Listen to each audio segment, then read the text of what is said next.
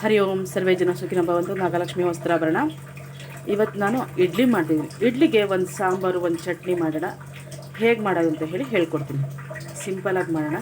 ಮೊದಲಿಗೆ ನಾನು ಬೇಳೆಯನ್ನು ಇಟ್ಕೊಂಡಿದ್ದೀನಿ. ಇದು ನೀವು ನೋಡ್ಬೋದು, ಹೆಸರುಬೇಳೆನ ಇಟ್ಕೊಂಡಿದ್ದೀನಿ. ಇದಕ್ಕೆ ಏನು ಹಾಕಬೇಕು ಅಂತ ಹೇಳಿ ನೋಡೋಣ. ಇದಕ್ಕೆ ನಾನು 2 ಟೊಮೊಟೊ, 1 ಈರುಳ್ಳಿ ತೊಗೊಂಡಿದ್ದೀನಿ. ಇದನ್ನು ಹಾಕೊಂಬಿಡೋಣ.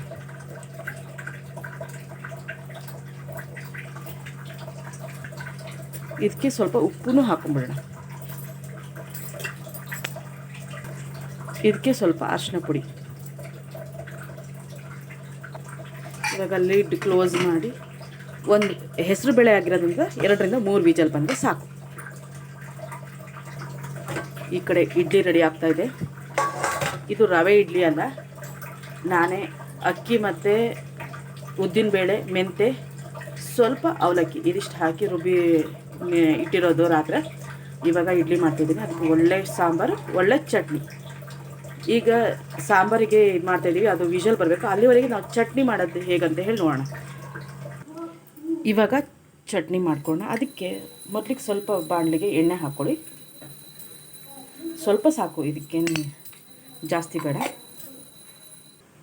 ಎಣ್ಣೆ ಬಿಸಿ ಆಗ್ತಿದೆ. ಇವಾಗ ಉದ್ದಿನಬೇಳೆ ಮತ್ತು ಕಡಲೆಬೇಳೆನ ಹಾಕೋಣ. ಉದ್ದಿನಬೇಳೆ, ಕಡಲೆಬೇಳೆ ಸ್ವಲ್ಪ ಸಾಕು. 2 ಸೇರಿಸಿ 1 ಟೀ ಸ್ಪೂನ್ ಆದರೆ ಸಾಕು.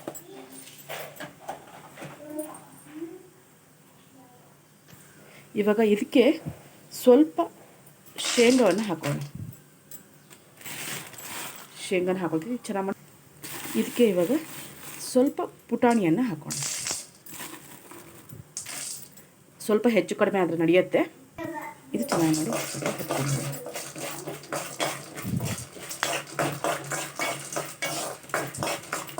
ಸ್ವಲ್ಪ ಕಲರ್ ಚೇಂಜ್ ಆಗಬೇಕು, ಅಲ್ಲಿವರೆಗೆ ಹುರ್ಕೊಂಬೇಡ.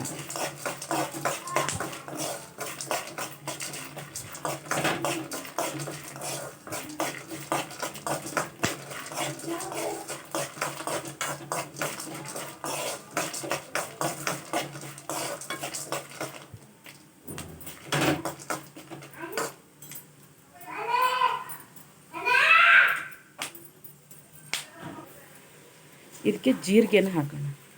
ಜೀರಿಗೆ ನಾನು 1 ಟೀ ಸ್ಪೂನ್ಗಿಂತ ಸ್ವಲ್ಪ ಜಾಸ್ತಿನೇ ಹಾಕ್ತಾಯಿದ್ದೀನಿ. ಜೀರಿಗೆ ಹಾಕಿದ್ರೇ ಸ್ವಲ್ಪ ರುಚಿ ಇರುತ್ತೆ. ಅದಕ್ಕೆ ಜೀರಿಗೆ ಹಾಕ್ಕೊಳ್ತಿದ್ದೀನಿ. ಇವಾಗ ಎಲ್ಲ ಕಲರ್ ಚೇಂಜ್ ಆಗಿದೆ, ನೀವು ನೋಡ್ಬೋದು. ಇವಾಗ ಇದಕ್ಕೆ ನಾನು ಈರುಳ್ಳಿ, ಟೊಮೊಟೊ ಹಣ್ಣು, ಕೊತ್ತಂಬರಿ ಸೊಪ್ಪು, ಹಾಗೆ ಚೂರು ಹುಣಸೆ ಹಣ್ಣು ತೊಗೊಂಡಿದ್ದೀನಿ. ಆಮೇಲೆ ಬೆಳ್ಳುಳ್ಳಿ ತೊಗೊಂಡು, ಈಗ ಫಸ್ಟಿಗೆ ಬೆಳ್ಳುಳ್ಳಿ ಹಾಕೊಂಬಿಡೋಣ. ಬೆಳ್ಳುಳ್ಳಿ ಹಾಕ್ಕೊಂಡು ಈರುಳ್ಳಿ ಹಾಕೊಂಬಿಡೋಣ. ಇದನ್ನು ಒಂದು ಸ್ವಲ್ಪ ಫ್ರೈ ಮಾಡ್ಕೊಂಬಿಡಿ.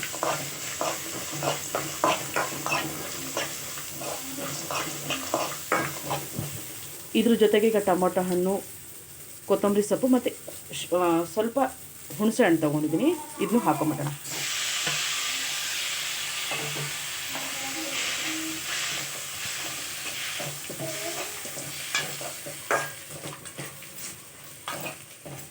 ಇದಿಷ್ಟು ಚೆನ್ನಾಗಿ ಮಾಡಿ ಒಂದು 5 ನಿಮಿಷ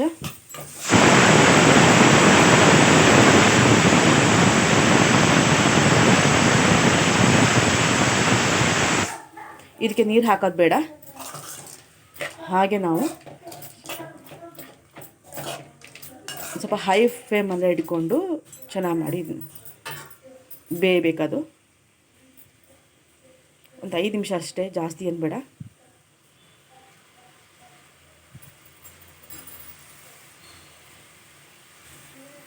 ಇವಾಗ ಇದಕ್ಕೆ ಉಪ್ಪನ್ನು ಹಾಕ್ಕೊಳ್ತಿದ್ದೀನಿ.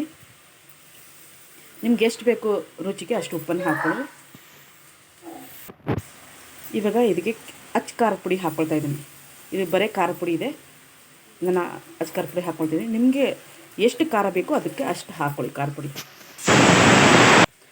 ಅಚ್ಚ ಖಾರದ ಪುಡಿ ಇಲ್ಲ ಅಂತ ಹೇಳಿದ್ರೆ ಒಣಮೆಣಸು ಹಾಕಿದ್ರೂ ನಡೆಯುತ್ತೆ. ನಾನು ಅಚ್ಚ ಖಾರದ ಪುಡಿ ಹಾಕ್ಕೊಂಡಿದ್ದೀನಿ. ಇದು ಕೊತ್ತಂಬರಿ ಕಾಳು ಪುಡಿ. ಇದಿಷ್ಟು ಹಾಕ್ಕೊಂಡ್ರೆ ಸಾಕು. ಇವಾಗ ನೋಡ್ರಿ, ಸಾಕಿದು. ಇದು ಈಗ ಇದು ಇದಿವಾಗ ಗ್ಯಾಸ್ ಆಫ್ ಮಾಡ್ಕೊಳ್ರಿ. ಇದು ತಣ್ಣಗಾಗಬೇಕು. ಇದು ಫುಲ್ ತಣ್ಣಗಾದ್ರ ಮೇಲೆ ಮಿಕ್ಸರಿಗೆ ಹಾಕ್ಕೊಳ್ಳಿ. ಸ್ವಲ್ಪ ನೈಸಾಗಿ ರುಬ್ಕೊಳ್ಳಿ. ನಮ್ಮ ಕೆಂಪು ಚಟ್ನಿ ರೆಡಿ ಆಗುತ್ತೆ. ಬೇಳೆ ಬೆಂದಿದೆ. ಇದನ್ನು ಚೆನ್ನಾಗಿ ಮಾಡಿ ಮಸ್ಕೊಂಬಿಡೋಣ.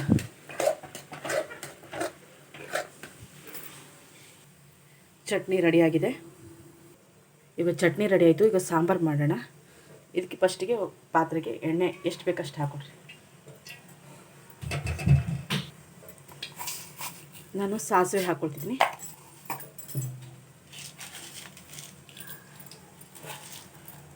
ಆಮೇಲೆ ಉದ್ದಿನಬೇಳೆ, ಕಡಲೆಬೇಳೆ,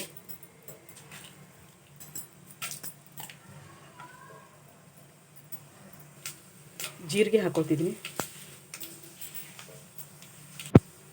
ಸ್ವಲ್ಪ ಬೆಳ್ಳುಳ್ಳಿ, ಸ್ವಲ್ಪ ಕರಿಬೇವು, ಸ್ವಲ್ಪ ಇಂಗು. ಈ ಬೇಳೆನ ಇದಕ್ಕೆ ಹಾಕ್ಬಿಡೋಣ. ಇವಾಗ ನೋಡಿರಿ, ನಿಮಗೆ ಎಷ್ಟು ತೆಳ್ಳಗೆ ಬೇಕು ಅಷ್ಟು ತೆಳ್ಳಗೆ. ನಾನು ಇಡ್ಲಿಗಲ್ವಾ, ಅದಕ್ಕೆ ಸ್ವಲ್ಪ ತೆಳ್ಳಗೆ ಮಾಡ್ಕೊಂಡಿದ್ದೀನಿ. ನಿಮ್ಗೆ ಎಷ್ಟು ತೆಳ್ಳಗೆ ಬೇಕೋ ಅಷ್ಟು ಮಾಡ್ಕೊಳ್ಳಿ. ಇದಕ್ಕೆ ಸ್ವಲ್ಪ ಆವಾಗಲೇ ಬೇಳೆ ಬೇಯಿಸ್ಕೊಬೇಕಾದ್ರೆ ಉಪ್ಪು ಹಾಕಿದ್ದೀವಿ. ಇವಾಗ ಉಪ್ಪು ರುಚಿಗೆ ನೋಡಿಕೊಂಡು ಹಾಕ್ಕೊಳ್ಳಿ. ಇವಾಗ ಇದಕ್ಕೆ ಸ್ವಲ್ಪ ಖಾರ ಪುಡಿ ಹಾಕೋಣ. ಇದಕ್ಕೆ ಹಸಿಮೆಣಸು ಹಾಕ್ತಿಲ್ಲ. ಖಾರ ಪುಡಿ ಯಾಕೆ ಹಾಕ್ತಿದ್ದೀನಿ ಅಂತ ಹೇಳಿದ್ರೆ, ಇಡ್ಲಿಗಲ್ವಾ, ರೈಸಿಗಾದರೆ ಹಸಿಮೆಣಸು ಹಾಕ್ಬೋದು. ಇದು ಇಡ್ಲಿಗೋಸ್ಕರ ಆಗಿರೋದ್ರಿಂದ ನಾನು ಖಾರ ಪುಡಿ ಹಾಕ್ತಾಯಿದ್ದೀನಿ. ಇದು ಕೊತ್ತಂಬರಿ ಕಾಳು ಪುಡಿ, ಎಷ್ಟು ಬೇಕು ರುಚಿಗೆ ಅಷ್ಟು ಹಾಕ್ಕೊಳ್ರಿ. ಇದು ಜೀರಿಗೆ ಪುಡಿ.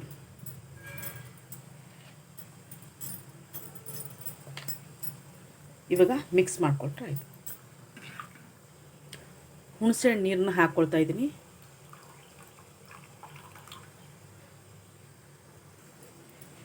ಇವಾಗ ಲಾಸ್ಟ್ ಕೊತ್ತಂಬರಿ ಸೊಪ್ಪನ್ನು ಹಾಕೋಬಿಡೋಣ.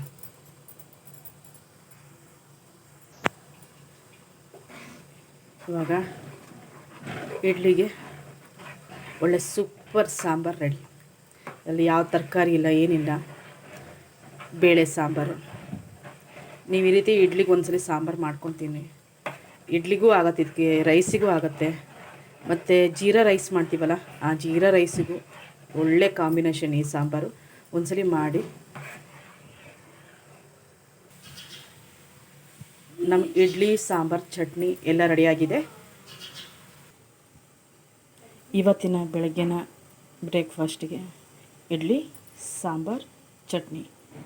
ಈ ಥರ ಸಿಂಪಲಾಗಿ ಸಾಂಬಾರು, ಈ ಥರ ಸಿಂಪಲಾಗಿ ಚಟ್ನಿ. ನೋಡಿರಿ, ಇದು ನಾನು ಇದು ಮಾಡಿರೋದು ಎಷ್ಟು ಸಾಫ್ಟಾಗಿದೆ ಅಂತೇಳಿ. ಇಷ್ಟು ಸಾಫ್ಟಾಗಿ ಇಡ್ಲಿ.